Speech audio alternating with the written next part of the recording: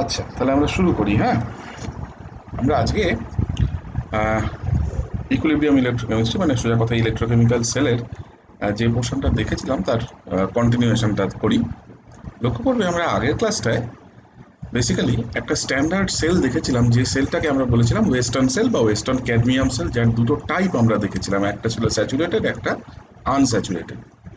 এরকম আরও বেশ কিছু স্ট্যান্ডার্ড সেল এবং স্ট্যান্ডার্ড ইলেকট্রোড আমরা টাইম টু টাইম দেখব। হ্যাঁ, আমরা যখন একটু একটু করে যেমন এগোবো, আমরা এইভাবে টাইম টু টাইম এই জিনিসগুলো আরও কয়েকটা জিনিস এরকম দেখবো আমরা। এই স্ট্যান্ডার্ড সেলগুলো এবং পরবর্তীতে আমরা যখন স্ট্যান্ডার্ড ইলেকট্রোডের আলোচনা করব তখন দেখবে যে এগুলো বেসিক্যালি কোনো একটা প্রিডিফাইন্ড স্কেলের মাধ্যমে আমাদেরকে বেসিক্যালি যে কোনো একটা আননোন ইএমএফ বার করতে সাহায্য করে। এবার এই আননোন ইএমএফ বার করার যে রাস্তাটা, মানে যেটাকে আমরা পগেনডর্ফ কম্পেনসেশন প্রিন্সিপাল বলে বলেছিলাম, যে রাস্তাটাকে নাকি আমরা দেখিয়েছিলাম as based on the Wheatstone bridge principal, সেই রাস্তাটা যেমন আছে, এছাড়াও বেসিক থার্মোডাইনামিক্সের কনসেপ্ট লাগিয়ে কিছু এরকম রাস্তা আমরা বার করতে পারি, যে রাস্তাগুলোর সাহায্যে আমরা খুব ইজিলি যে কোনো একটা সেলের ইএমএফকে আমরা ক্যালকুলেট করতে পারি। তার জন্য থার্মোডাইনামিক্সের যেমন কিছু প্রিন্সিপাল দরকার লাগে, সেই রকম থার্মোডাইনামিক প্রিন্সিপাল থেকে ডিরাইভ কিছু ইকুয়েশন আমাদের প্রয়োজন পড়ে। তো এই ধরনের জিনিসগুলোকে আমরা একটু একটু করে দেখতে শুরু করি। আমরা আজকের ক্লাসটায় বেসিক্যালি ওই স্ট্যান্ডার্ড সেলের কন্টিনিউয়েশন হিসেবেই ক্লাসটাকে একটুখানি এগিয়ে নিয়ে যাবো। সেটা হচ্ছে এরকম যে, লক্ষ্য করো আমরা in case of western standard cell দেখেছিলাম যে এই স্ট্যান্ডার্ড সেলগুলো চুজ করার পেছনে একটা মেজর পয়েন্ট বলো বা একটা মেজর কন্ডিশন বলো এরকম দেওয়া থাকে। সেই কন্ডিশনটা হচ্ছে সেই সেলের করেসপন্ডিং টেম্পারেচার কোএফিসিয়েন্টটাকে লো হতে হয়। অর্থাৎ টেম্পারেচার কোএফিসিয়েন্ট বলতে আমরা মিন করি এমন একটা কোয়ান্টিটি যেটা আমাদেরকে ইএমএফ এর ভেরিয়েশন দেখায় উইথ টেম্পারেচার। অর্থাৎ যদি এক্সপেরিমেন্টাল টেম্পারেচার পাল্টে যায়, এরকম ধরনের একটা সেলের ইএমএফ কিভাবে পাল্টাতে পারে। তো এই ওয়েস্টার্ন ক্যাডমিয়াম সেলের ক্ষেত্রে কতগুলো জিনিস যেগুলো তার ক্ষেত্রে খুব ইম্পর্টেন্ট ছিল সেগুলো আমরা ডিসকাস করেছি, যেমন কেমিক্যালের পিওরিটি এটসেট্রা এটসেট্রা। তার সাথে এই ওয়েস্টার্ন সেলের ক্ষেত্রে তার করসপন্ডিং যেটা টেম্পারেচার কোএফিসিয়েন্ট, তার একটা এক্সপ্রেশন লোকে বিভিন্ন ক্যালকুলেশন করে বার করেছে। তো এই স্ট্যান্ডার্ড ওয়েস্টার্ন সেলের যেটা টেম্পারেচার কোএফিসিয়েন্ট, তার যে এক্সপ্রেশনটা পাওয়া যায়, অর্থাৎ এমন একটা ইকুয়েশন যে ইকুয়েশনটার সাহায্যে আমরা এই ধরনের সেলের টেম্পারেচার ডিপেন্ডেন্স অফ ইএমএফটাকে এক্সপ্রেস করতে পারি। তার মানে ইএমএফটা কোন ধরনের ফাংশন অফ টেম্পারেচার, এটাকে যদি আমরা প্রকাশ করার জন্য, এটাকে এক্সপ্রেস করার জন্য যে ইকুয়েশনটাকে আমরা ব্যবহার করি, সেই এক্সপ্রেশনটার কথা বলছি। এই ওয়েস্টার্ন সেলের ক্ষেত্রে দেখা যায় এই টেম্পারেচার ডিপেন্ডেন্সটা এক্সপ্রেস করা হয় এইরকম ধরনের একটা ইকুয়েশন দিয়ে, যেখানে হ্যাঁ ইএমএফটাকে এক্সপ্রেস করা হয় as a function of temperature in terms of two terms. তার মধ্যে একটা টার্ম হচ্ছে এমন যে টার্মটা এসেনশিয়ালি তোমার রিপ্রেজেন্ট করে যে টেম্পারেচার ভেরিয়েশন হলে, হ্যাঁ 20 ডিগ্রি সেলসিয়াসের রেসপেক্টে যদি 20 ডিগ্রি সেলসিয়াসের থেকে টেম্পারেচারটা ওপরে যায়, তাহলে তার করসপন্ডিং ইএমএফ এর চেঞ্জটা কীরকম হবে। তার মানে এই যে ইএমএফটা, লক্ষ্য করো, this value of EMF is the value of EMF of the western standard cell at তোমার 20 ডিগ্রি সেলসিয়াস। এরকম একটা সিচুয়েশনে আমরা এটাকে এক্সপ্রেস করছি এইভাবে। দেখো এখানে বেসিক্যালি তিনটে টার্ম আছে এই এক্সপ্রেশনটায়। একটা টার্ম হচ্ছে এই কনস্ট্যান্টটা, যে কনস্ট্যান্টটা যদি নাকি টেম্পারেচারটা 20 ডিগ্রি সেলসিয়াস হয়, স্মল টি ব্যবহার করছি মানে বুঝতেই পারছো যে ডিগ্রি সেলসিয়াস স্কেলে টেম্পারেচার, তাহলে যদি 20 ডিগ্রি সেলসিয়াস হয় তাহলে এই টার্মের ভ্যালুটাও জিরো, এই টার্মের ভ্যালুটাও জিরো। তার মানে essentially at T equal to 20 degree Celsius, this is the EMF of the corresponding standard cell. এবার 20 থেকে যদি টেম্পারেচারটা একটুও বাড়ে বা কমে, তাহলে এই করসপন্ডিং টার্মগুলোর কন্ট্রিবিউশন চেঞ্জ করে। এই প্রত্যেকটা টার্মের লক্ষ্য করো, প্রথম যে টার্মটা, সেই টার্মটা লিনিয়ার ইন টেম্পারেচার, দ্বিতীয় টার্মটা কোয়াড্রেটিক ইন টেম্পারেচারের স্কোয়ার আছে। তার মানে দেখো খেয়াল করে এই প্রত্যেকটা টার্মের সাথে একটা করে কোএফিসিয়েন্ট আবার ইনভলভড আছে। যে কোএফিসিয়েন্টটার প্রথম কোএফিসিয়েন্টটার ভ্যালু, তার অর্ডারটা হচ্ছে 10⁻⁻5, এবং দ্বিতীয় কোএফিসিয়েন্টের ভ্যালু তার অর্ডার হচ্ছে 10⁻⁷। তার মানে with respect to this number, এই নাম্বারটার সাপেক্ষে এই দুটো নাম্বারের কন্ট্রিবিউশন কম। হ্যাঁ, তাহলে এইরকম একটা সিচুয়েশনে আমরা এই ধরনের একটা এক্সপ্রেশনকে ব্যবহার করে আমরা এই ধরনের ওয়েস্টার্ন স্ট্যান্ডার্ড সেলের করসপন্ডিং টেম্পারেচার কোএফিসিয়েন্ট আমরা বার করতে পারি, যে টেম্পারেচার ডিপেন্ডেন্স অফ ইএমএফ কীরকম হবে এইটাকে আমরা এক্সপ্রেস করতে পারি এরকম ধরনের একটা এক্সপ্রেশনকে ইউজ করে। ঠিক আছে? এই ধরনের এক্সপ্রেশনের সুবিধা হচ্ছে যে এই ধরনের এক্সপ্রেশনগুলো প্রত্যেকটা বা বিভিন্ন ধরনের সেলের ক্ষেত্রে দেখবে যে এই ধরনের এক্সপ্রেশনের তোমার আমরা কাজে লাগাই।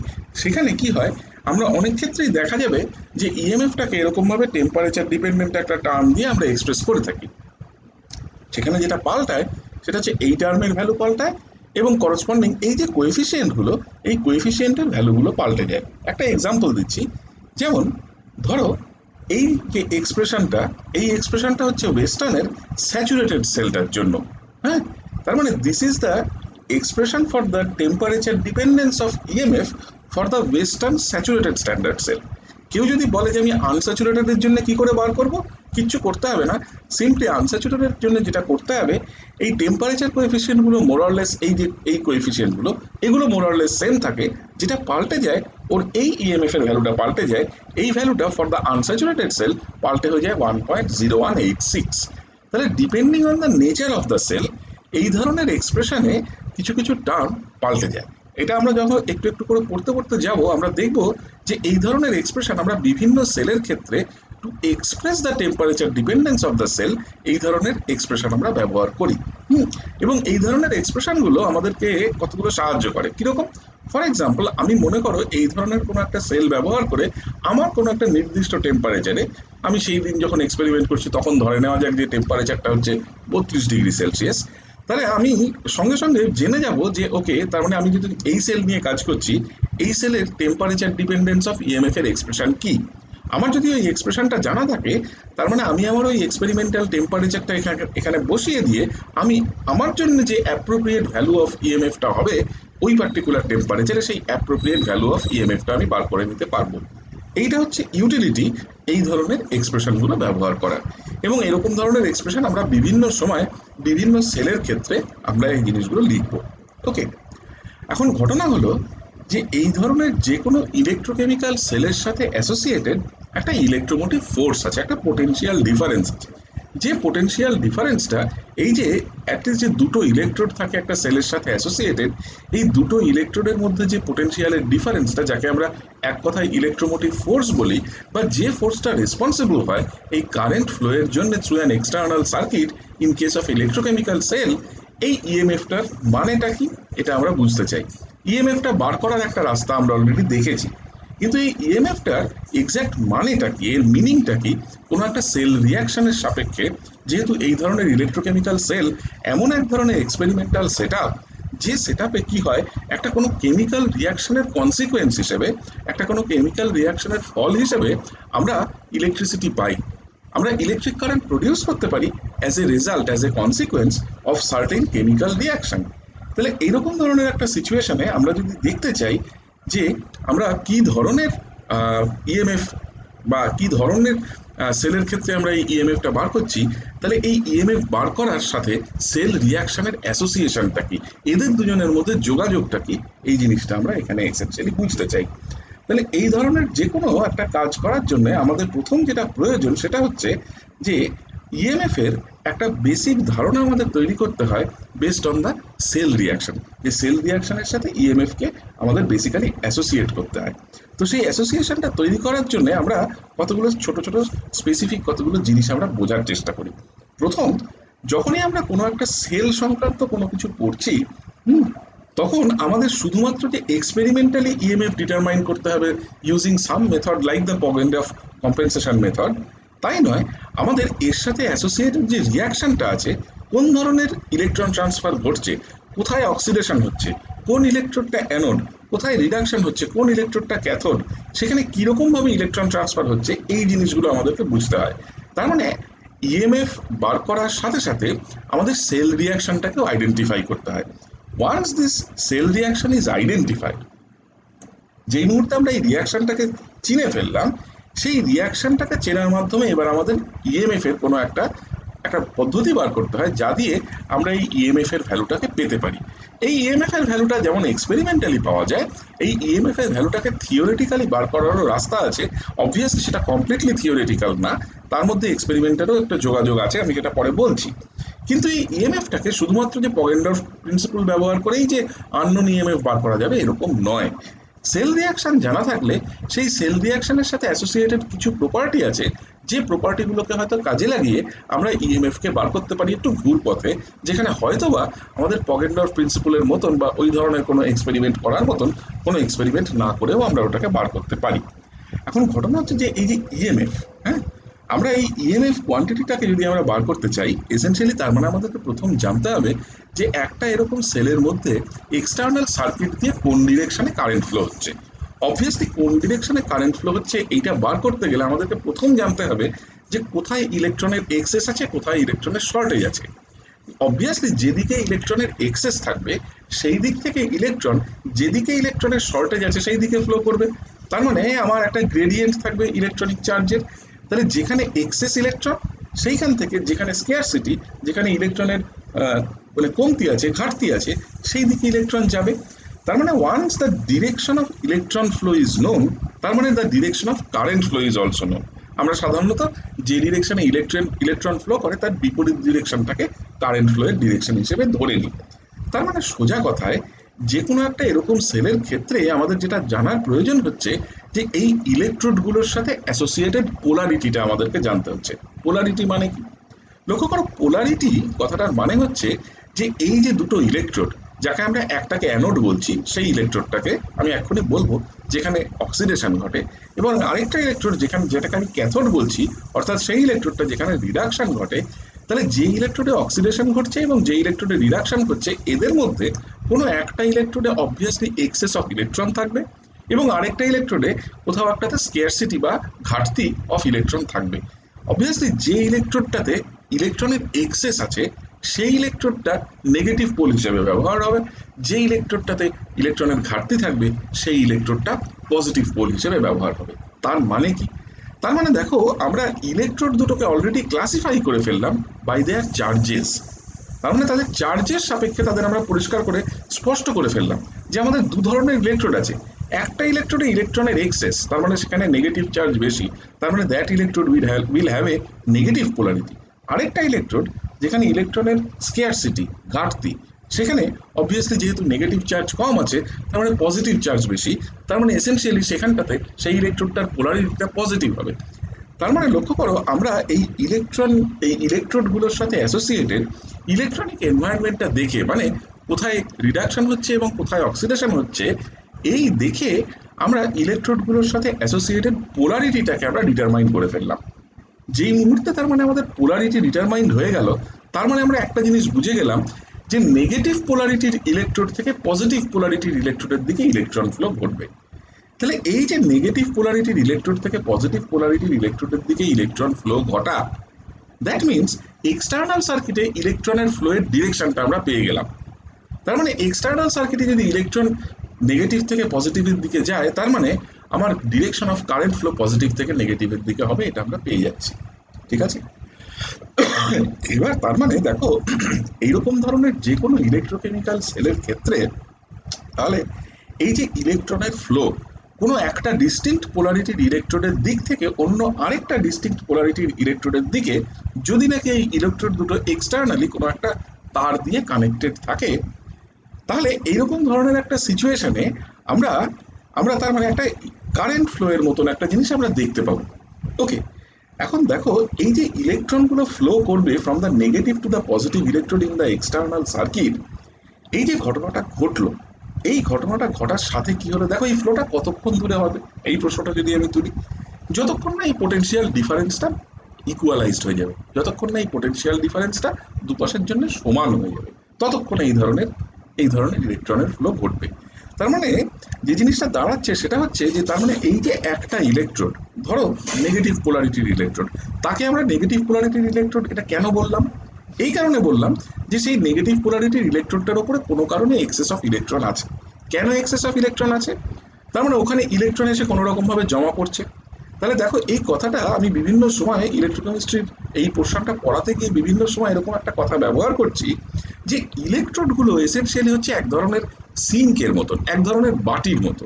এই কারণে যে এদের এদের একটা ধারণ ক্ষমতা থাকে, অর্থাৎ আমি যদি কোনো এক্সেস ইলেকট্রন এখানে এসে জমা রাখতে চাই তাহলে আমি জমা রাখতে পারবো, অথবা আমি চাইলে এইখান থেকে, এটা এমন একটা বাটি যেখানে ইলেকট্রন রাখা আছে, আমি এখান থেকে এসে ইলেকট্রন তুলে নিয়ে যেতে পারবো।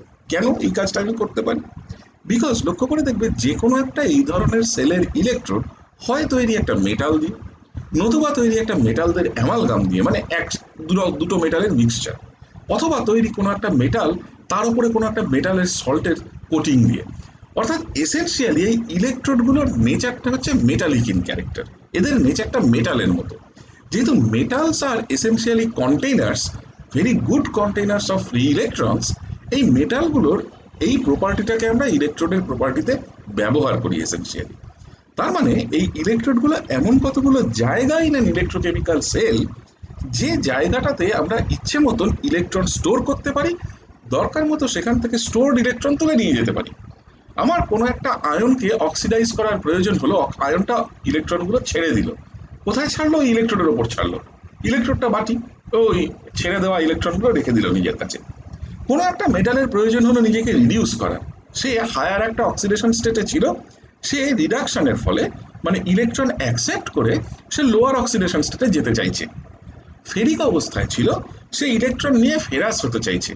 হ্যাঁ, কিউপ্রিক অবস্থায় ছিল, সে ইলেকট্রন নিয়ে কিউপ্রাস হতে চাইছে, বা কোনো একটা পিওর মেটাল হিসেবে সে ডিপোজিট করতে চাইছে। তাহলে এরকম অবস্থায় সে যখন ইলেকট্রন নেবে, কোথা থেকে নেবে? ওই ইলেকট্রোড থেকে নেবে, because the electrodes are carriers, মানে electrodes are essentially sinks or containers containing electron, এইভাবে ভাবা যেতে পারে। তাহলে এসেন্সিয়ালি এইরকম ধরনের কোনো সিচুয়েশনে, তাহলে যে ইলেকট্রোডটাকে আমরা বলছি নেগেটিভ ইলেকট্রোড, তার মানে সেই ইলেকট্রোডটার গায়ে কোনো কারণে অ্যাডিশনাল এক্সেস কিছু ইলেকট্রন আছে। ইলেকট্রনগুলো কোথা থেকে এলো? অবভিয়াসলি তাহলে ওর গায়ে এক্সেস ইলেকট্রন আছে, মানে কেউ ওকে এক্সেস ইলেকট্রন, এক্সট্রা ইলেকট্রন দিয়েছে। কে দিতে পারে? অবভিয়াসলি এই ইলেকট্রোডগুলো দেখো একটা ইলেকট্রোকেমিক্যাল সেলের মধ্যে is in contact with an electrolyte solution. The electrolyte solution essentially contain আয়ন্স।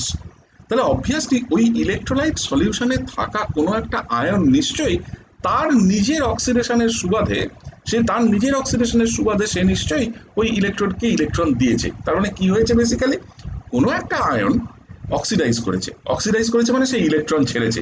সেই ছাড়া ইলেকট্রনগুলো যাবে কোথায়? ইলেকট্রোডে গিয়ে জমা পড়েছে, গিয়ে এবার ওই আয়নটা অক্সিডাইজ হয়ে গেছে, মিটে গেল। তার মানে কি?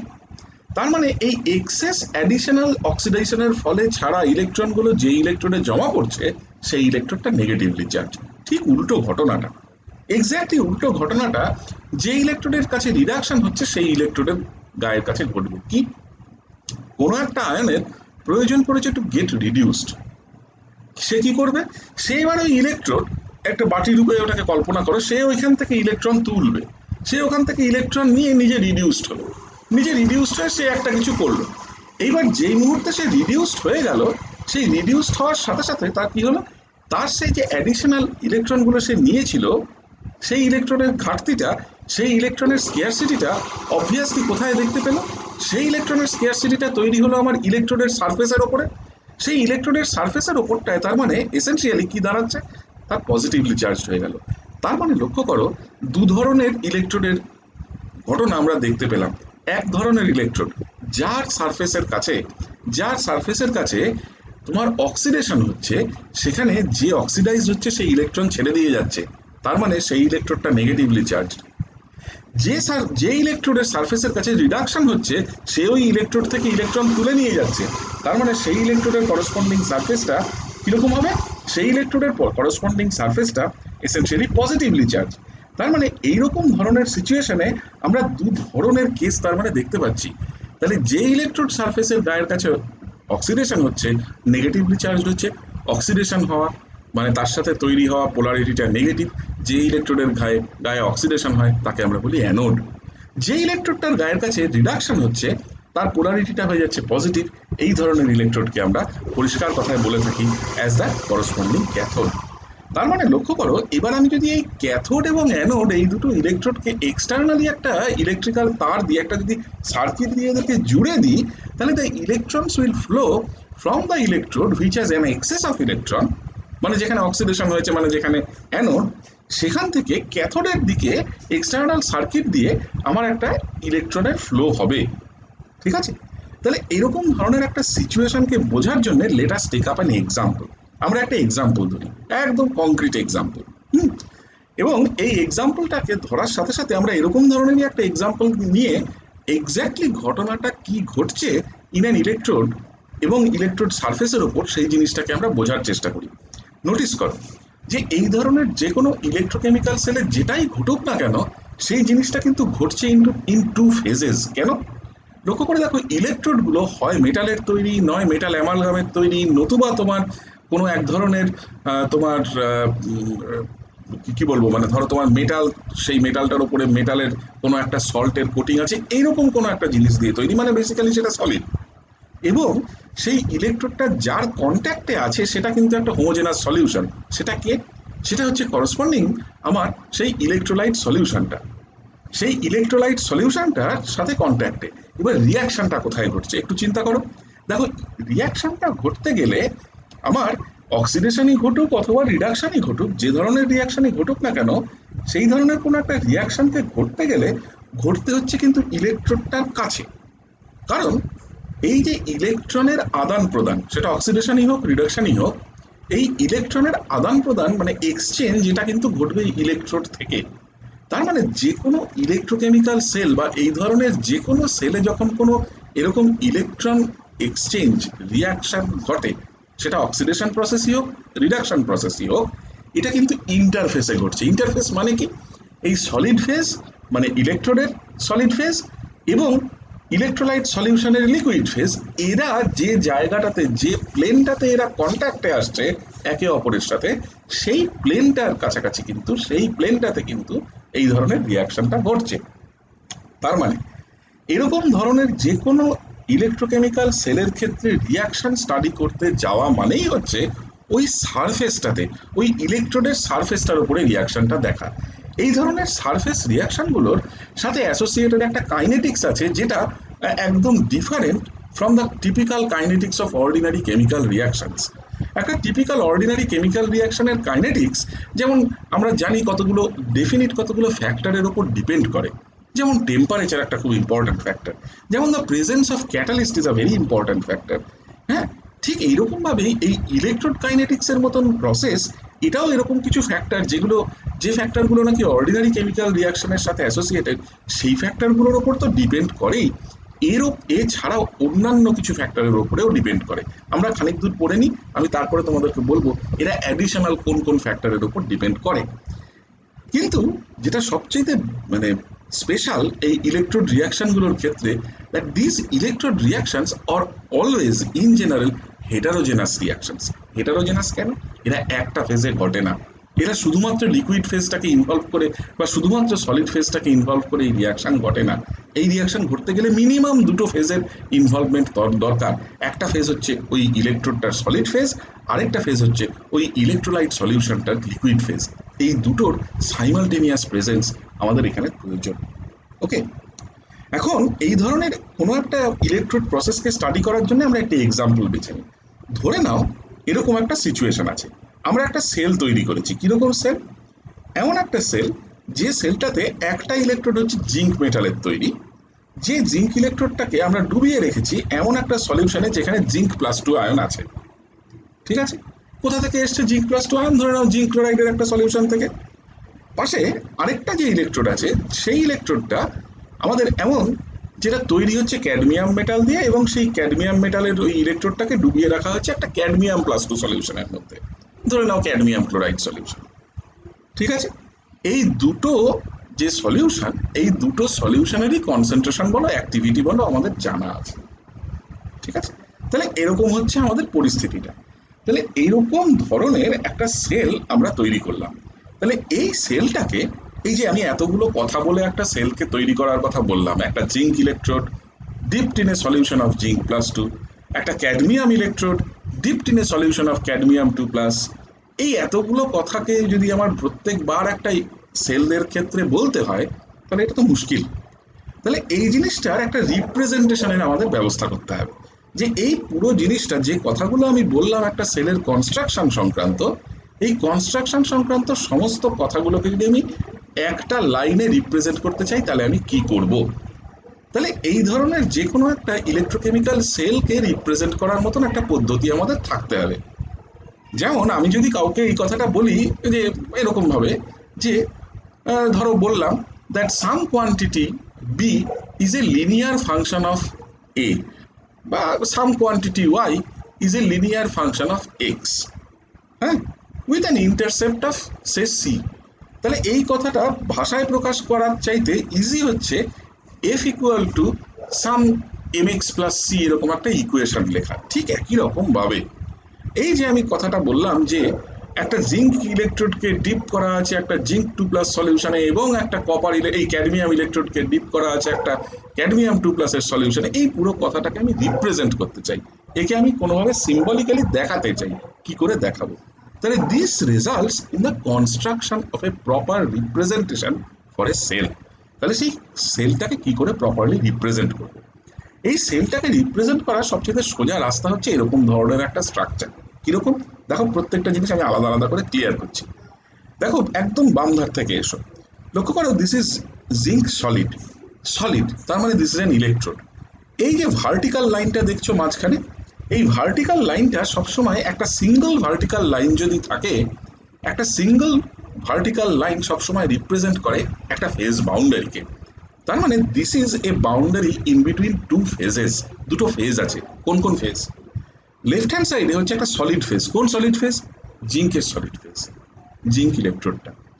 রাইট হ্যান্ড সাইডে অন্য, তার মানে ফেজ বাউন্ডারি এই ভার্টিক্যাল লাইন, মানে তাহলে এই বাউন্ডারির ডান ধারে নিশ্চয়ই অন্য কোনো একটা ফেজ আছে। কোন ফেজ?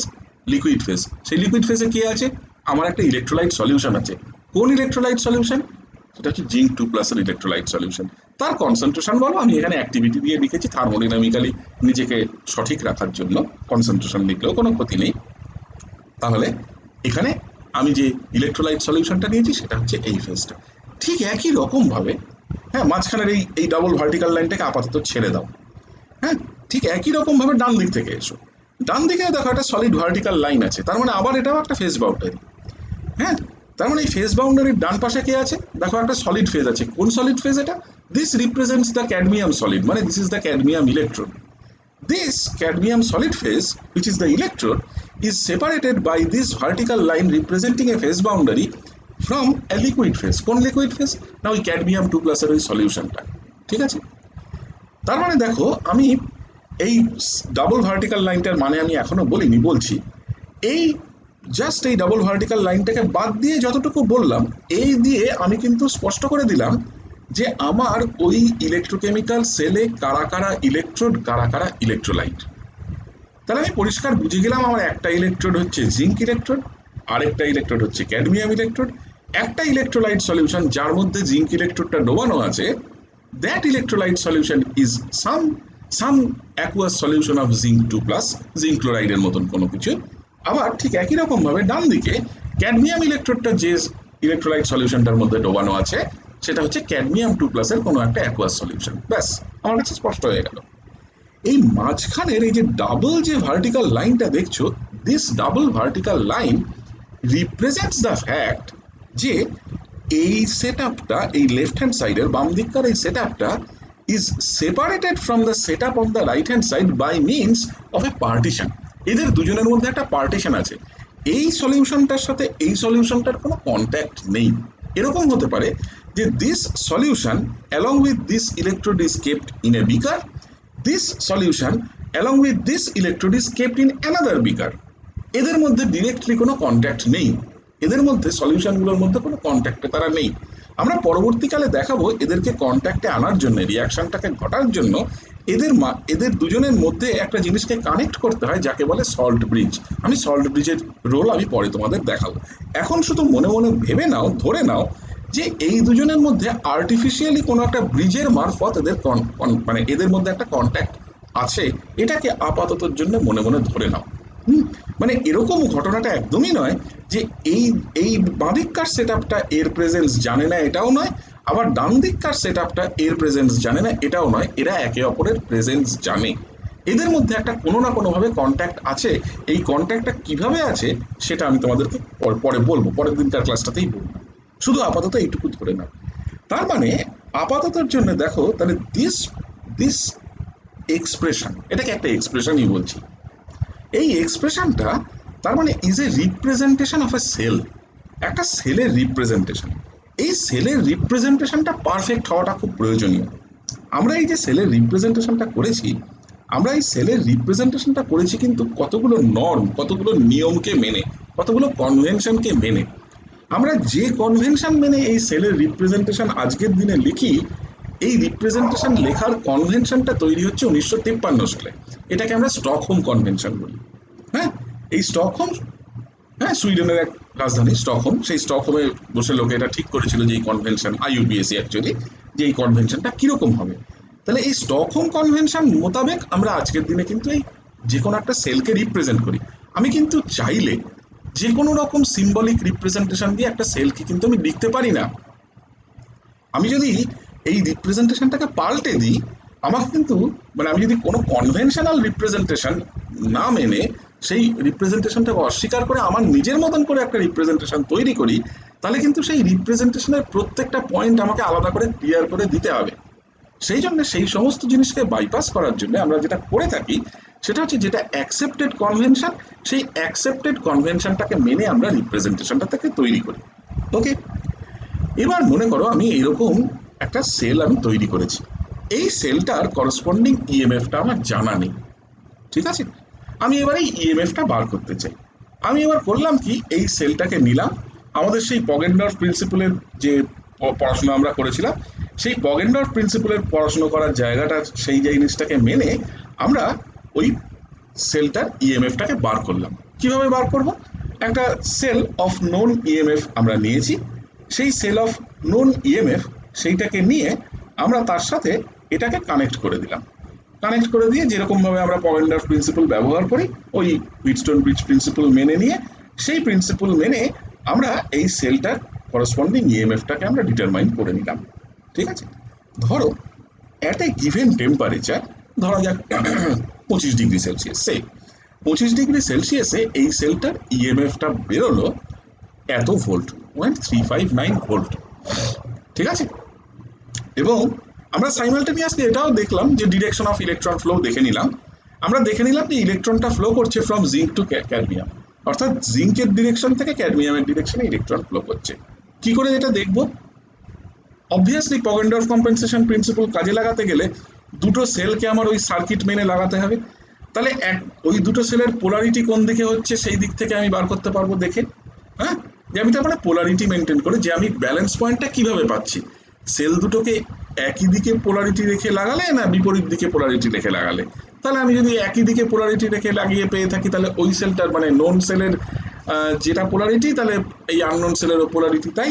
আর যদি বিপরীত দিকে তোমার লাগিয়ে দিয়ে আমি তোমার করসপন্ডিং এই ব্যালেন্স পয়েন্টটা পেয়ে থাকি, তাহলে উল্টোটা। ঠিক আছে, তার মানে আমি সেলের পোলারিটি দেখে এসেনশিয়ালি বার করে ফেললাম যে আমার জিঙ্ক ইলেকট্রোডটা হচ্ছে অ্যাকচুয়ালি নেগেটিভ ইলেকট্রোড। ব্যাস, যেই আমি এটা জেনে গেলাম যে কোন ইলেকট্রোডটা, হ্যাঁ,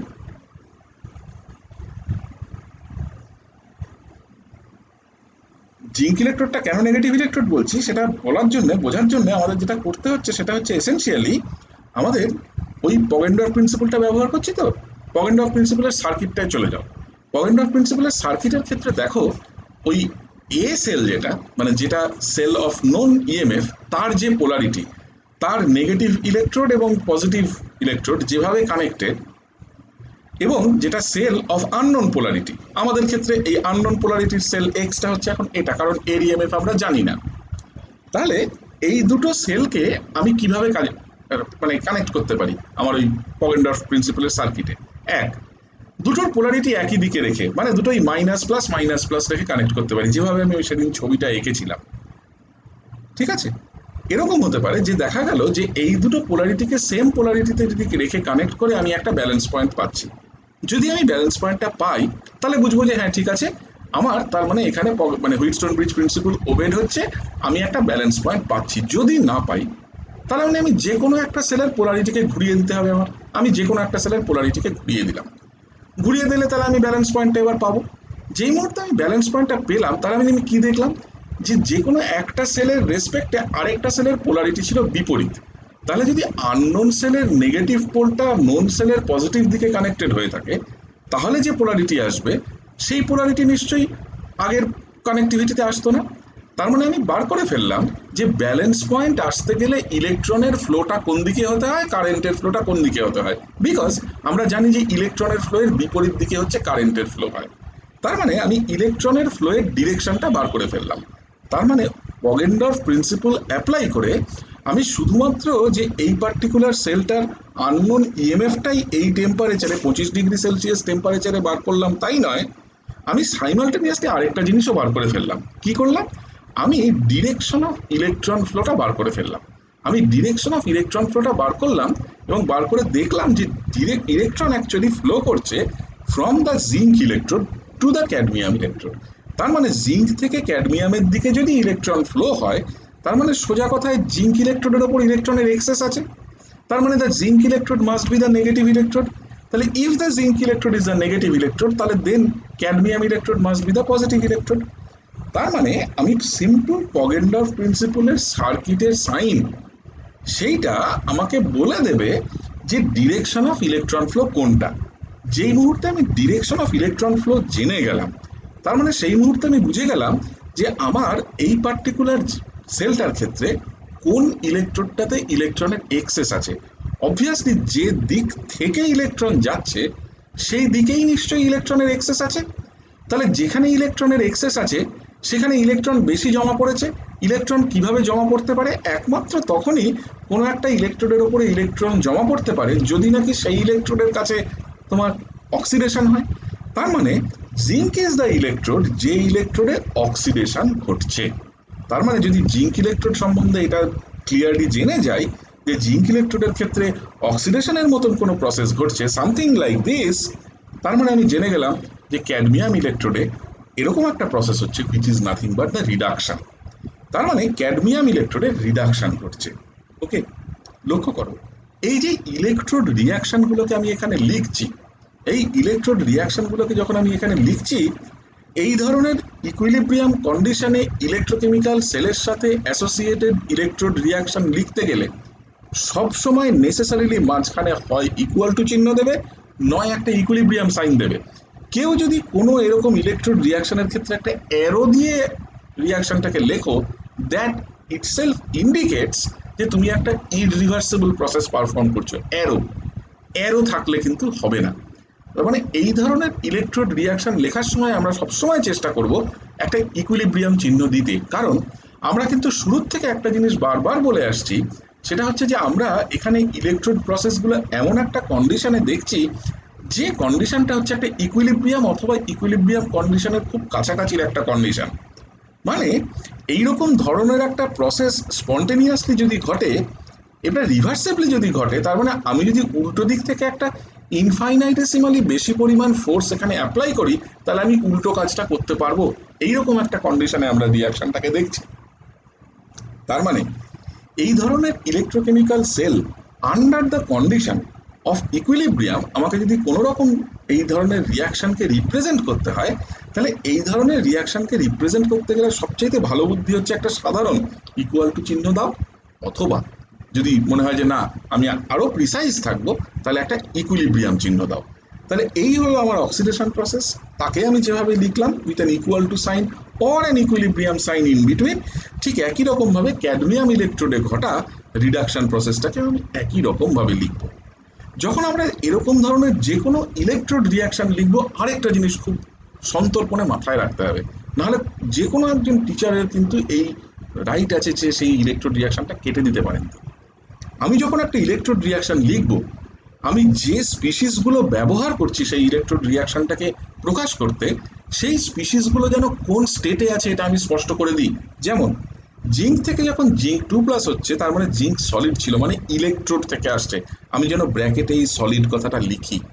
আমি যখনই এখানে অ্যাক্টিভিটি বা কনসেন্ট্রেশনের ভ্যালু বসাচ্ছি, আমার এটা মাথায় রাখতে হবে যে যেহেতু আমি জিঙ্ক 2+ ব্যবহার করছি, তার মানে is must be in solution. হয় এখানে অ্যাক্টিভিটি বা কনসেন্ট্রেশনের মানটা লেখো, নতুবা আমার যদি এটা জানা না থাকে আমি সিম্পলি ফার্স্ট ব্র্যাকেটের মধ্যে লিখবো অ্যাকুয়াস, মানে অ্যাকুয়াস সলিউশন। তার মানে স্টেট অফ এগ্রিগেশনটাকে ইলেকট্রোড রিয়াকশনের প্রত্যেকটা স্পিসিসের ক্ষেত্রে মেনশন করা, এটা অ্যাবসলিউটলি এসেনশিয়াল। ঠিক আছে, এটা যেমন এই রিয়াকশনটার ক্ষেত্রেও প্রযোজ্য, ঠিক একই রকম ভাবে এই রিয়াকশনটার ক্ষেত্রেও সেম কথা প্রযোজ্য। ঠিক আছে, under this condition of an equilibrium, এরকম ধরনের একটা মানে রিভার্সেবল অবস্থায় যদি ইলেকট্রোড রিয়াকশন চলে, এই ধরনের যে কোনো একটা সেলের ক্ষেত্রে ওভারঅল সেল রিয়াকশনকে আমরা সবসময় এই summation of this two electrode reactions করে লিখতে পারি। তাহলে আমাকে যদি কেউ জিজ্ঞেস করে তাহলে ওভারঅল সেল রিয়াকশন কত, আমি সিম্পলি করবো কি, এর তলায় একটা এরকম করে দাঁড়িয়ে দেবো, দিয়ে এই রিয়াকশনটাকে এই রিয়াকশনটার সাথে যোগ করে দেবো। এবার এই জায়গাটাতে এই জিনিসটার কনভেনশনটা ইম্পর্টেন্ট, যে আমি যদি এখানে একটা ইকুয়াল টু চিহ্ন না দিয়ে লিখি তাহলে এই যোগটা আমি করতে পারি না, ওই কারণে এই ইকুয়াল টু চিহ্নটা দেওয়া।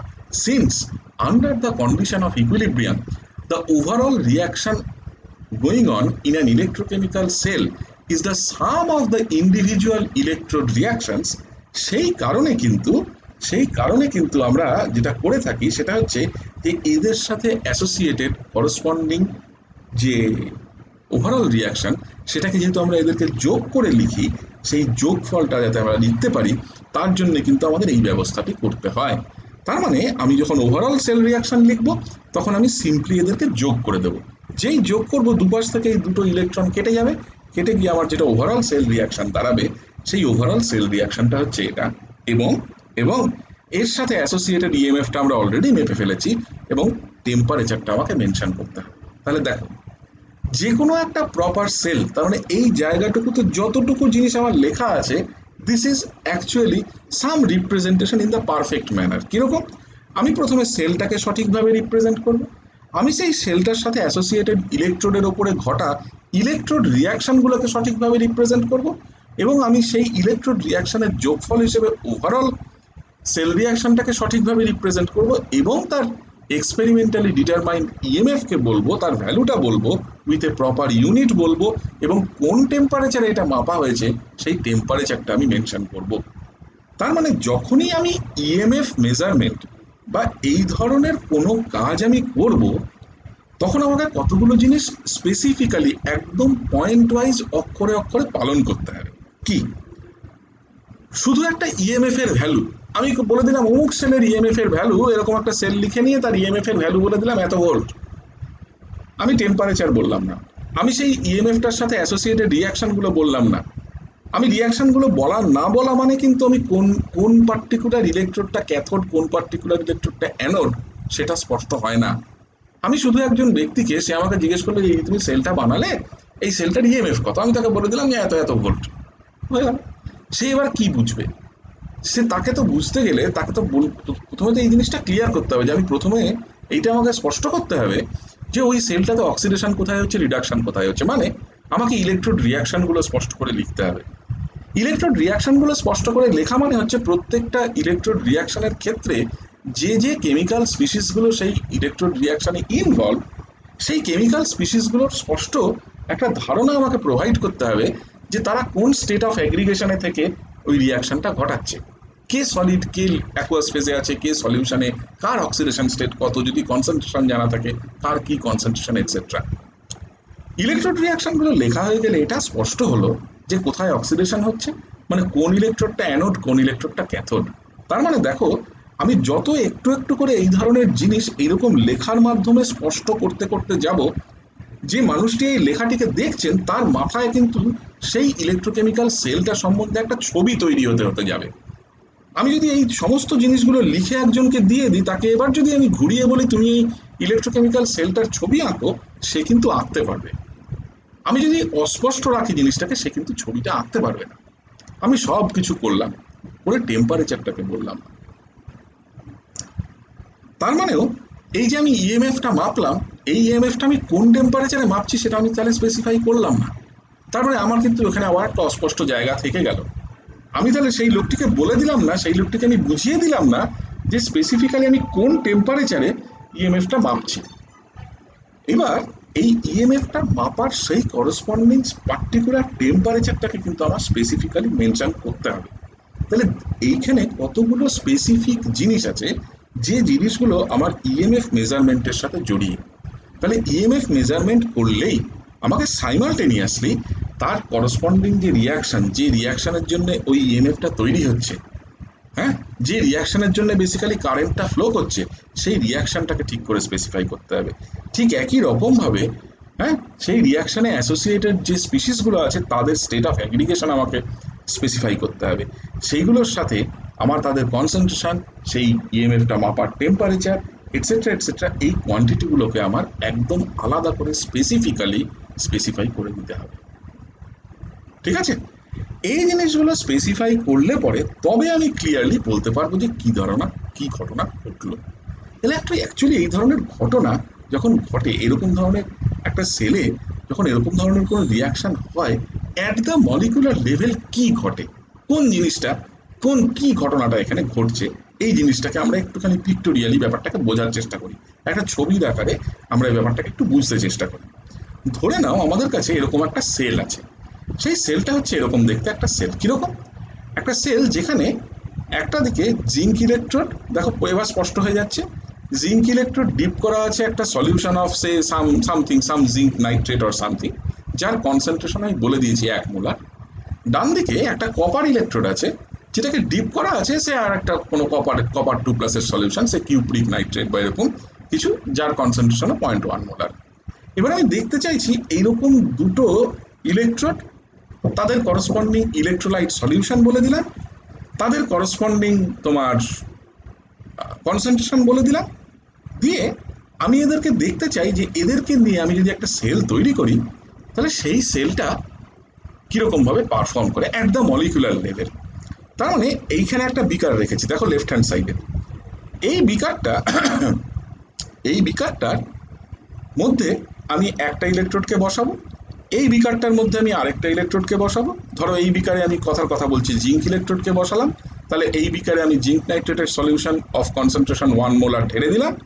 এই বিকারে মনে করো কথার কথা বলছি আমি কপার ইলেকট্রোড বসালাম, তাহলে এই বিকারের মধ্যে আমি copper nitrate solution of 1 molar concentration ঢেলে দিলাম। ঢেলে দিয়ে এই দুটো বিকার, দেখো একটা বিকার আরেকটা বিকারের সাথে কিন্তু কন্ট্যাক্টে নাই, কন্ট্যাক্টে নিয়ে আসতে হবে তো, নাহলে এখান থেকে এই যে বিকারের মধ্যে যে রিয়াকশন ঘটছে তাহলে সেই এই ইনফরমেশনটা একটা বিকার থেকে আরেকটা বিকার যাবে কি করে। সেই কারণে আমি এখানে একটা এরকম ব্রিজের মতন জিনিস লাগিয়ে দিয়েছি, কাঁচের নলের মতো একটা ইউ এর শেপের কাঁচের নল, উল্টো ইউ, যে কাঁচের নলটাকে আমরা বলে থাকি সল্ট ব্রিজ। এই সল্ট ব্রিজের ভেতরে বেসিক্যালি একটা ইলেকট্রোলাইট দেওয়া থাকে, এমন একটা ইলেকট্রোলাইট যে একটা ক্যারিয়ারের মতন কাজ করে, যে করে কি এই ভেতর দিয়ে এই সল্ট ব্রিজের মাধ্যমে এই ইলেকট্রোলাইট সলিউশনকে এই ইলেকট্রোলাইট সলিউশনের সাথে কন্ট্যাক্টে নিয়ে আসে।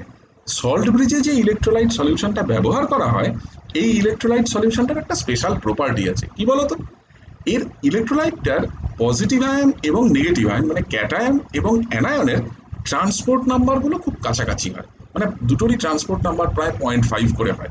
মানে সল্ট ব্রিজটা মাঝখানে দেওয়া থাকলে নেগেটিভ আয়ন যত তাড়াতাড়ি এই পাশ থেকে এদিকে বা উল্টো দিক থেকে এদিকে আসবে, ক্যাটায়নগুলোও ঠিক ততটাই তাড়াতাড়ি যেন এদের মধ্যে দিয়ে আদান প্রদান করতে পারে। তাহলে সল্ট ব্রিজটা এক ধরনের কানেক্টিভিটি, আমি পরে সল্ট ব্রিজের এক্স্যাক্ট মেকানিজম ফাংশন আমি দেখাবো। আমরা এইখানে যেটা করতে চাইছি, আমরা শুধু দেখতে চাইছি যে এরকম একটা কানেকশন যদি কোনো একটা সল্ট ব্রিজের মাধ্যমে দুটো এরকম ইলেকট্রোডের মধ্যে করে দেওয়া যায়, দিয়ে যদি একটা ওভারঅল সেল তৈরি করা যায়, তার মানে এই ওভারঅল সেলটা মানে হচ্ছে এসেনশিয়ালি দুটো ইলেকট্রোড, দুটো ইলেকট্রোলাইট সলিউশন এবং connection by the salt bridge, এই সমস্ত কিছু মিলে যদি এই দুটোকে কানেক্ট করে দেওয়া যায় সব কিছু নিয়ে, তাহলে এটা একটা ওভারঅল সেল তৈরি হলো। আমরা বুঝতে চাইছি যে এরকম একটা ওভারঅল সেল তৈরি হলে সেই সেলটা পারফর্ম করে কি করে, তাহলে আমরা স্টেপ বাই স্টেপ ব্যাপারটাকে দেখার চেষ্টা করি। তাহলে প্রথম থেকে ভাবো আমি কি কি করলাম। তাহলে প্রথমেই আমি যেটা করলাম সেটা হচ্ছে যে আমি ফার্স্টেই আমি একটা তোমার কপার ইলেকট্রোড নিলাম, এই আমার কপার ইলেকট্রোড ডান দিকে এলো, ঠিক আছে। যেই আমি কপার ইলেকট্রোড নিলাম তার সাথে আমি একটা কপারের ইলেকট্রোলাইট সলিউশন নিলাম, দেখো একটা কিউপ্রিক নাইট্রেটের সলিউশন নিয়েছি, ডান দিকের বিকারে দিয়ে দিলাম। বাম দিকের বিকারে আমি একটা জিঙ্ক ইলেকট্রোড নিলাম, এই জিঙ্ক ইলেকট্রোড নিলাম এবং তার সাথে আমি জিঙ্ক নাইট্রেটের একটা সলিউশন এখানে দিয়ে দিলাম, ঠিক আছে। এইবার এই দুটো দেওয়ার পরে আমি এবার আমার এই পোটেনশিওমিটারের সুইচটা আমি অন করে দিলাম, তাতে কি হলো, দেখো জিঙ্ক ইলেকট্রোড থেকে জিঙ্ক আয়ন তৈরি হয়ে সলিউশনে আসছে, কিউপ্রিক নাইট্রেট থেকে কিউপ্রিক আয়নগুলো গিয়ে এর উপরে ডিপোজিট করছে, তার মানে এখানে অক্সিডেশন হচ্ছে, এখানে রিডাকশন হচ্ছে। তার মানে কি হচ্ছে দেখো, এখানে যেহেতু অক্সিডেশন হচ্ছে, তার মানে অক্সিডেশন হওয়া মানে জিঙ্ক ইলেকট্রোডের ওপরে ইলেকট্রন ছেড়ে দিয়ে ওখানে ইলেকট্রনগুলো ওই বাটিতে রেখে দিয়ে জিঙ্ক আয়নগুলো সলিউশনের দিকে বেরিয়ে আসছে, অনেকটা এরকম। দেখো ইলেকট্রনগুলোকে ওইখানে জিঙ্ক ইলেকট্রোডের উপর ফেলে দিয়ে জিঙ্ক 2+ হয়ে সলিউশনে চলে আসছে। ঠিক উল্টো দিকে রিডাকশন যেখানে হচ্ছে, ওরা করছে কি, কপার 2+ আয়নগুলো এই এই বাটির কাছে যাচ্ছে, মানে এই ইলেকট্রোডের কাছে যাচ্ছে, গিয়ে সেখান থেকে ইলেকট্রন নিচ্ছে, নিয়ে তারা এবার করছে কি, তারা এবার ওইখান থেকে ইলেকট্রন নিয়ে তারা নিজেরা রিডিউসড হচ্ছে। তার মানে জিঙ্ক আয়নগুলো যখন তৈরি হচ্ছে, এখানে ইলেকট্রন ছেড়ে রেখে আসছে, এখানে ইলেকট্রনের এক্সেস হচ্ছে। কপার 2+ আয়নগুলো গিয়ে এর ওপরে পড়ছে। তার মানে এখানে যখন কপার 2+ আয়নগুলো গিয়ে পড়ছে, তখন যেটা ঘটছে তখন হচ্ছে বেসিক্যালি আমার কপার 2+ আয়নগুলো গিয়ে পড়ার পরে ওই ইলেকট্রোড সারফেস থেকে সে কুড়ে কুড়ে ইলেকট্রন খাচ্ছে। তার মানে এই ইলেকট্রোডটা ক্রমাগত পজিটিভ হয়ে যাচ্ছে, এই ইলেকট্রোডটা ক্রমাগত নেগেটিভ হয়ে যাচ্ছে। তার মানে এক্সটার্নাল সার্কিটে electron will flow from this direction, from the left hand side to the right hand side. এবং এই যে সল্ট ব্রিজের মাধ্যমে the আয়ন্স will get transferred from the right hand side to the left hand side, so that there is a completion of the circuit. এইভাবে যে কোনো একটা electrochemical সেলের ক্ষেত্রে সার্কিটের কমপ্লিশন ঘটে। ঠিক আছে, এখন ঘটনা হচ্ছে, এই তো গেল আমার ইলেকট্রোকেমিক্যাল সেলের সার্কিটের কমপ্লিশনের ঘটনা। এখন মুশকিলটা হলো যে সবই তো হলো, কিন্তু ব্যাপারটা দাঁড়াচ্ছে যে এই ধরনের একটা সিচুয়েশনে আমি যে কোনো একটা ইলেকট্রোকেমিক্যাল সেলের সাথে অ্যাসোসিয়েটেড যে যে ইলেকট্রোমোটিভ ফোর্স, যে ইএমএফ, যাকে আমি পগেনডর্ফ কম্পেনসেশন প্রিন্সিপাল দিয়ে মাপতে পারি, সেই মাপা ইএমএফটাকে আমি রিপ্রেজেন্ট করব কি করে? জাস্ট কি একটা সংখ্যা বলে দিলে হবে, নাকি এই সংখ্যার সাথে কোনো একটা সাইন জড়িত আছে? এই কারণে সাইনের প্রশ্নটা আসছে, বিকজ সাইনটা খুব মানে জরুরি হয়ে পড়ছে এই কারণে যে এই সাইনটা না দিলে আমি কি সত্যি সত্যি ডিরেকশন অফ ইলেকট্রন ফ্লো বা ডিরেকশন অফ কারেন্ট ফ্লো, আমি যেভাবেই বলি না কেন, তাকে আমি রিপ্রেজেন্ট করতে পারবো? এই প্রশ্নটা আসছে। আমাদের এখানে একটাই সিম্পল উত্তর, যে তার মানে আমাদের এই ধরনের যে কোনো ইলেকট্রোকেমিক্যাল সেলের সাথে একটা সাইন কনভেনশন অফ ইএমএফ আমাদেরকে তৈরি করতে হবে। এই সাইন কনভেনশনটা আমরা কি করে তৈরি করব? লক্ষ্য করো, এই সাইন কনভেনশনটা তৈরি করার জন্য আমাদের সাহায্য করবে একমাত্র একটাই জিনিস। আমাদের কাছে সাইন পত্র সমস্ত রেডি হয়ে আছে, আমরা শুধু সেটাকে ব্যবহার করব মাত্র। সেটা কে আমাদেরকে সাহায্য করবে? হচ্ছে থার্মোডিনামিক্স। তাহলে দিস ইজ দ্য ফার্স্ট জায়গা, এটা একটা প্রথম লোকেশন বলতে পারো, প্রথম এমন একটা স্থান বলতে পারো যে স্থানে আমরা সাইন কনভেনশন সংক্রান্ত কোনো কথা আমরা বলবো। ওকে, তাহলে এবার এই সাইন কনভেনশন আমরা কি করে তৈরি করব, সেটা খুব সিম্পল। লক্ষ্য করো, আমার যদি এরকম সিচুয়েশন হয় যে কোনো একটা, ধরা যাক ওভারঅল সেল রিয়াকশন, এপসাইলন বলে একটা ইএমএফ আমাকে তৈরি একটা দিচ্ছে, সেই এপসাইলন বলে কোনো একটা ইএমএফ আমাকে প্রডিউস করে দিচ্ছে। ঠিক আছে, কিভাবে না, কোনো একটা কিউ ইলেকট্রিসিটির তোমার আদান প্রদানের জন্য, কিউ পরিমাণ চার্জের আদান প্রদানের জন্য, ধরা যাক যে কিউ পরিমাণ চার্জ আমার নেগেটিভ ইলেকট্রোড থেকে পজিটিভ ইলেকট্রোডের দিকে ফ্লো করেছে, যেমন আমি এক্ষুনি এই এক্সাম্পলটায় দেখালাম। তার ফলে দেখা যাচ্ছে ইএমএফ যেটা তৈরি হয়েছে সেটা হচ্ছে এপসিলন।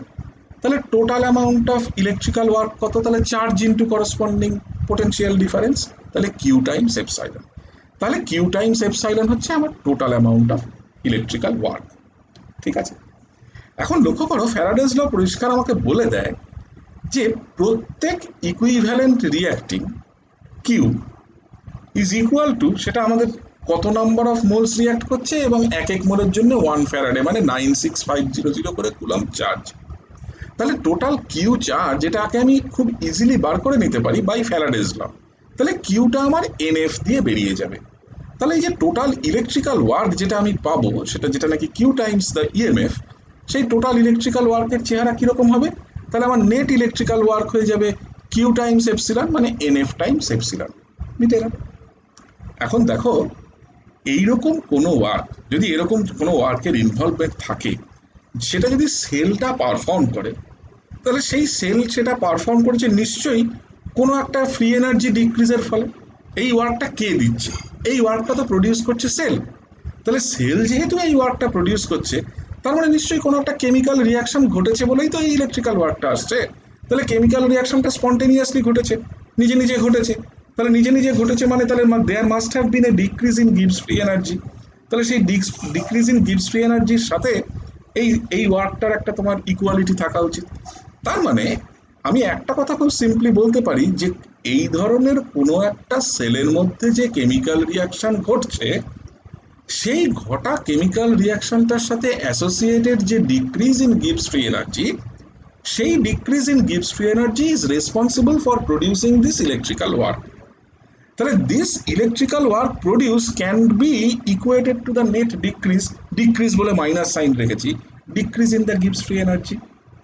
তার মানে লক্ষ্য করো, এবার একটা ইন্টারেস্টিং জিনিস দেখো, সেটা হচ্ছে এই যে এপসাইলন বলে যে প্রপার্টিটা, this property epsilon is nothing but the EMF of the cell, যেটাকে আমি ওই সেই পগেন্ডার প্রিন্সিপাল নমুক তমুক কি দিয়ে মাপলাম, ঠিক আছে। This NF, this product represents the total amount of charge that has been transported, যে total amount of charge transported হয়েছে due to the presence of this potential difference, ঠিক আছে। তার মানে এই যে এপসাইলন কোয়ান্টিটিটা, this quantity which represents the EMF of the cell is a quantity which appears purely from electrochemistry, whereas this Gibbs free energy change is a quantity that appears purely from thermodynamics. তাহলে এই যে এক্সপ্রেশনটা আমরা পেলাম, তাহলে এই এক্সপ্রেশনটা আমাকে একটা জিনিস স্পষ্ট করে দিল, কি সেটা স্পষ্ট করে দিল that this expression is an expression which is some sort of an expression which is a bridge, যেটা একটা লিঙ্ক, যেটা একটা যোগাযোগের রাস্তা in between thermodynamics and electrochemistry. তাহলে এই রিলেশনশিপটা একটা খুব ফান্ডামেন্টাল রিলেশন, যেটা বিশেষ করে আমরা এই ইকুইলিব্রিয়াম ইলেকট্রোকেমিস্ট্রি পড়তে গিয়ে বিভিন্ন জায়গায় বিভিন্ন রকম ভাবে ব্যবহার করব। এইবার দেখো কতগুলো জিনিস স্পষ্ট হয়ে গেল। কি কি কি জিনিস স্পষ্ট হলো? প্রথম দেখো, আমার যদি স্পন্টেনিয়াস কোনো রিয়াকশন হয় তাহলে গিবস ফ্রি এনার্জি চেঞ্জকে নেগেটিভ হতে হয়। তাহলে যে কোনো স্পন্টেনিয়াস রিয়াকশন হতে গেলে প্রথমত এই এক্সপ্রেশনটার দিকে তাকাও, তাহলে এই এক্সপ্রেশনটাতে number of moles is always positive, F is the Faraday constant which is 96500 coulomb, it is always positive. তার মানে এই ডেল্টা জিটা পজিটিভ হবে না নেগেটিভ হবে, that will be dependent on the sign of epsilon. তার মানে কোনো একটা সিচুয়েশনে আমাকে যদি দেখি যে কোনো একটা স্পন্টেনিয়াস রিয়াকশনের ফলে আমার ইএমএফ তৈরি হয়েছে, তার মানে obviously epsilon must have bin positive, না হলে তো এটা নেগেটিভ থাকতো না, নেগেটিভ না থাকলে ডেল্টা জিটা স্পন্টেনিয়াস হতো না। তাহলে ডেল্টা জি যদি নেগেটিভ হয় ফর এনি স্পন্টেনিয়াস রিয়াকশন, তাহলে ইএমএফকে পজিটিভ হতে হয়। ডেল্টা জি যদি বাই চান্স পজিটিভ হয়ে যায়, তাহলে আমার নন স্পন্টেনিয়াস হয়ে যায় ঘটনাটা, তাহলে আমার ইএমএফকে নেগেটিভ হতে হয়, এবং under the condition of equilibrium delta G is zero. তার মানে লক্ষ্য করো, এই এক্সপ্রেশনটা আমাকে একটা আইডিয়া দিয়ে দেবে just by looking at the spontaneity or non spontaneity or equilibrium nature of chemical রিয়াকশনের দিকে তাকিয়ে আমি ওই দিকে তাকিয়ে বলে দিতে পারবো যে আমার ইএমএফ এর সাইনটা কি, ইএমএফটা পজিটিভ, ইএমএফটা নেগেটিভ, নাকি ইএমএফ হ্যাজ নো সাইন, মানে ইট ইজ জিরো, কোনটা আমি এই দিকে তাকিয়ে তার মানে বলে দিতে পারবো। তার মানে এসেনশিয়ালি ইএমএফ এর সাইনের সাথে, আমি ইএমএফ এর সাইন নিয়ে আরো অনেক কথা বলবো, আজকে জাস্ট শুরু করলাম। তার মানে ইএমএফ এর সাইনের সাথে লক্ষ্য করো, যে জিনিসটা সবচাইতে গুরুত্বপূর্ণ, যে গুরুত্বপূর্ণ জিনিসটা এখানে জড়িয়ে আছে, সেটা হচ্ছে ইএমএফ এর সাইন আমাদেরকে একটা আইডিয়া দেবে regarding the corresponding স্পন্টেনিটি of the reaction বা নন স্পন্টেনিটি, হোয়াট এভার, যেভাবেই বলো না কেন, ঘুরিয়ে বলতে পারি এভাবে যে আমি যদি এত কিছু না জানি, মনে করো আমি ইএমএফ মাপতে জানি না, আমি যদি কোনো রকমভাবে ওই রকম ধরনের একটা সেলের সাথে অ্যাসোসিয়েটেড গিবস ফ্রি এনার্জি চেঞ্জটা মেপে ফেলতে পারি ইনক্লুডিং ইটস সাইন, তাহলে আমি ইএমএফ এর একটা ভ্যালু পেয়ে যাব ফ্রম দিস রিলেশনশিপ। আমার পগেনডর্ফ মেথডে যেতে হবে না, আমি একটা থার্মোডিনামিক মেজারমেন্ট যদি করতে পারি, আমি যদি সঠিকভাবে এরকম একটা ইলেকট্রোকেমিক্যাল সেলের সাথে associated Gibbs free energy change মেপে ফেলতে পারি, তাহলে আমি কিন্তু কোনো রকমভাবেই আমি তার ইএমএফ এর ভ্যালু উইথ প্রপার সাইন আমি বার করে নিতে পারবো, ঠিক আছে।